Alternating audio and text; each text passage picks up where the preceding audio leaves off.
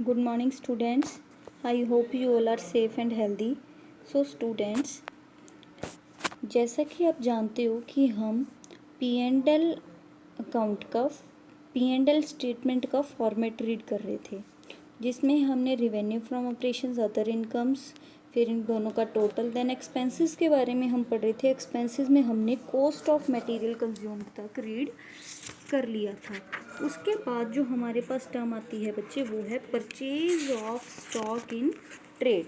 अब जो सबसे पहले तो बात आती है कि हमें ये पता होना चाहिए कि स्टॉक इन ट्रेड होता क्या है। स्टॉक इन ट्रेड वो गुड्स होती हैं जो हमने रीसेल पर्पज़ के लिए ख़रीदी होती हैं। तो वो सारा स्टॉक जो आपने रीसेल पर्पज़ के लिए ख़रीदा है उसको क्या कहेंगे? Purchase of stock in trade. अब जब आपने परचेज़ किया तो आपका पैसा गया हुआ होगा, तो पैसा गया होगा तो वो किस में शो करोगे? एक्सपेंसेस में शो करोगे। आफ्टर दैट नेक्स्ट टाइम हमारे पास आते हैं change in inventories of finished goods, work in progress and stock in trade. अब इनका चेंज इन इन्वेंट्रीज हम कैसे निकालेंगे बच्चे? तो सबसे पहले तो हम फिनिश्ड गुड्स का निकालेंगे। कैसे निकलेगा? Opening inventory of finished goods minus closing inventory of finished goods. इसको हम लिख देंगे नंबर 1। फिर हम निकालेंगे वर्क इन प्रोग्रेस को, opening stock of opening inventory of work in progress minus closing inventory of work in progress. इसको जो आंसर आएगा हम लिख देंगे टर्म 2। फिर हम स्टॉक इन ट्रेड का निकालेंगे, opening inventory of stock in trade, closing inventory of stock in trade, वो थर्ड टर्म आ जाएगी।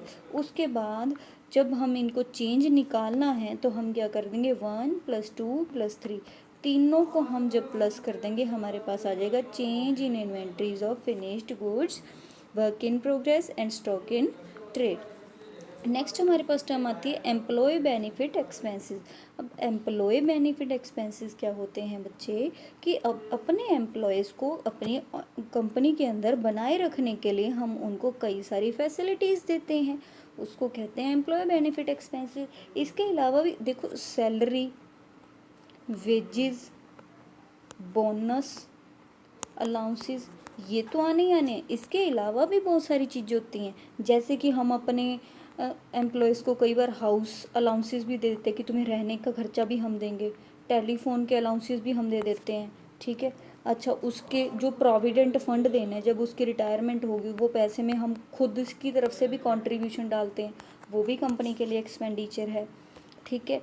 और कई बार हम क्या कर देते हैं, उनसे रेंट नहीं लेते और फ्री में अकोमोडेशन दे देते हैं। अकोमोडेशन मीन्स रहने की जगह दे देते हैं उनको, तो ये भी कंपनी के लिए एक्सपेंस है। कार फैसिलिटी दे देते हैं हम उनको, कई बार डोमेस्टिक सर्वेंट भी दे देते हैं। कई बार अच्छी पोस्ट पे होता है हमारा एम्प्लॉय, हम उसको डोमेस्टिक सर्वेंट भी दे देते हैं, तो उसको जो सर्वेंट को सैलरी पे करनी है वो तो ऑर्गेनाइजेशन करेगी, तो वो जो एक्सपेंस है उसको हम क्या कौन से एक्सपेंस में लिखेंगे? एम्प्लॉय बेनिफिट एक्सपेंसेस के अंदर लिखेंगे। Clear students? उसके बाद और क्या हो सकता है? मेडिकल फैसिलिटी भी हम दे सकते हैं अपने एम्प्लॉयज़ को, है ना। वो बीमार होते हैं तो उसका बिल जो सारा कंपनी पे करेगी, ठीक है। उसके एंटरटेनमेंट के लिए भी कई बार कंपनीज कहती है ना कि 1 मंथ में आपको 2 बार मूवी देखने की टिकट्स फ्री में मिलेंगी, है ना। तो वो भी क्या है? एंटरटेनमेंट के एक्सपेंसेस जो कि कंपनी देती है। इसके अलावा और क्या हो सकता है? लीव एनकैशमेंट भी हो सकता है। लीव एनकैशमेंट मतलब मान लो टीचर्स हैं, टीचर्स को 31 दिन का महीना होता है ना, उसमें से स्कूल क्या कहता है, 1 दिन की छुट्टी अगर आपको मारते हो ना तो आपकी सैलरी नहीं कटेगी, ठीक है। अब मान लो कोई टीचर है, वो 31 की 31 दिन आया और उसने वो 1 डे की जो छुट्टी थी वो नहीं ली, ठीक है। तो स्कूल क्या करेगा? उस 1 डे की जो लीव थी उसको वो क्या करेगा? कैश में कन्वर्ट कर देगा। स्कूल वाले उसको उस 1 डे की भी सैलरी देंगे। जो जो छुट्टी वो ले सकता था उसने नहीं ली, उसके बदले में उसको पैसे मिलेंगे। इसको क्या कहते हैं? लीव एनकैशमेंट, ठीक है स्टूडेंट्स। तो आपने ये सारी चीज़ें याद रखनी है। ये सारी की सारी चीज़ें किसके अंदर आएंगी? हमारे एम्प्लॉयज़ बेनिफिट एक्सपेंसेस के अंदर। नेक्स्ट जो हमारे पास टर्म आती है वो है फाइनेंस कॉस्ट। फाइनेंस कॉस्ट क्या होती है बच्चे? कुछ भी पैसा उधार कर लेने के लिए, बोरोइंग करने के लिए जो भी हमें खर्चा करना पड़ रहा है, चाहे इंटरेस्ट पे करना पड़ रहा है, जो हमने बोरिंग की है, जो हमने कोई लोन लिया है, हमने कोई शेयर्स इशू किए हैं, हमने कोई पब्लिक डिपॉजिट करवाया, कोई डिबेंचर्स इशू किए हैं, तो उसके बदले में हमें इंटरेस्ट, कमीशन, है ना, और क्या पे करना पड़ सकता है, हमें कोई प्रीमियम पे करना पड़ सकता है, ठीक है। तो ये ब्रोकरेज पे करनी पड़ती है। ब्रोकरेज क्या होती है, दलाली, है ना, तो ये पे करनी पड़ सकती है। कोई गारंटी के चार्जेस पे करने पड़ सकते हैं। तो ये जो सारे के सारे खर्चे हैं जो हमें पैसा उधार लेने के लिए खर्च करने पड़े, इसको कहा जाता है फाइनेंस कॉस्ट। ये भी हमारे लिए खर्चा है, तो किसके अंदर आएगा, एक्सपेंसेस के टर्म में शो होगा, ठीक है जी। नेक्स्ट जो हमारे पास टर्म थी वो है बच्चे हमारे पास डेप्रिसिएशन एंड अमोर्टाइजेशन एक्सपेंसेस। ये तो बच्चे आपको पता है, +1 क्लास में भी पढ़ा था हमने कि डेप्रिसिएशन क्या होता है, जो टेंजिबल एसेट्स की वैल्यू रिड्यूस होती है उसको कहते हैं डेप्रिसिएशन। इनटेंजिबल एसेट्स की जो वैल्यू डिक्रीज होती है उसको कहते हैं अमोर्टाइजेशन एक्सपेंसेस।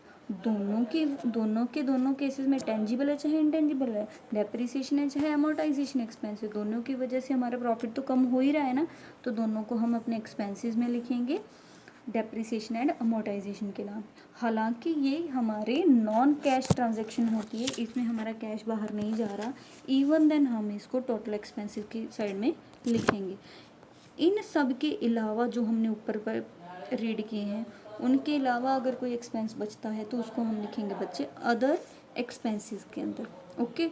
उसके बाद हमने जितने भी एक्सपेंसेस रीड किए हैं बच्चे, ये 6-7 जो रीड किए हैं, इन सबको आपने प्लस कर देना है और आप लिखोगे टोटल एक्सपेंसेस, और इसको आपने नंबरिंग दे रखी है 4।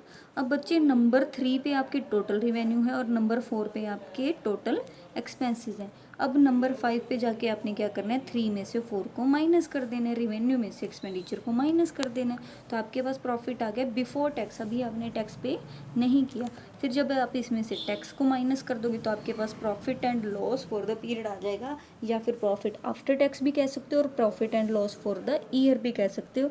यही प्रॉफिट आगे फिर शेयर होल्डर्स में डिस्ट्रीब्यूट होगा, ठीक है। वो सारा आगे की ट्रीटमेंट आगे रहेगी, लेकिन होगी किस अमाउंट की, इसकी होगी पहले टैक्स पे होता है।